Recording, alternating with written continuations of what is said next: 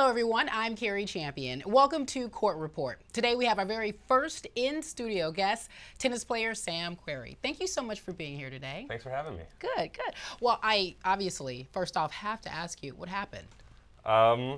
This happened about 2 weeks ago in Bangkok. I was sitting on a glass table, which was stupid, putting my shoes on, put both socks on both shoes, and then the glass shattered and I fell through it and cut like a gash in my arm.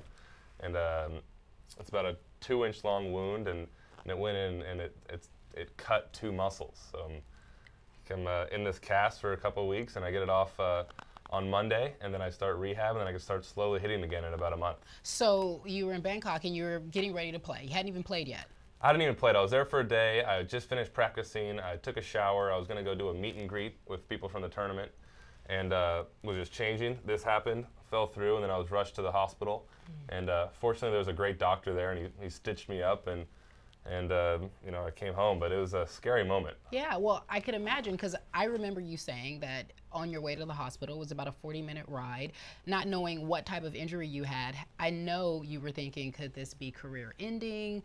What's really going on? Yeah, I mean, I didn't know if there was still a piece of glass in my arm. I saw the gash. I mean, it was about this big, so it was huge. I didn't know if there was a piece of glass still in it. I didn't know if I hit a nerve or how deep it was. And I was in Bangkok.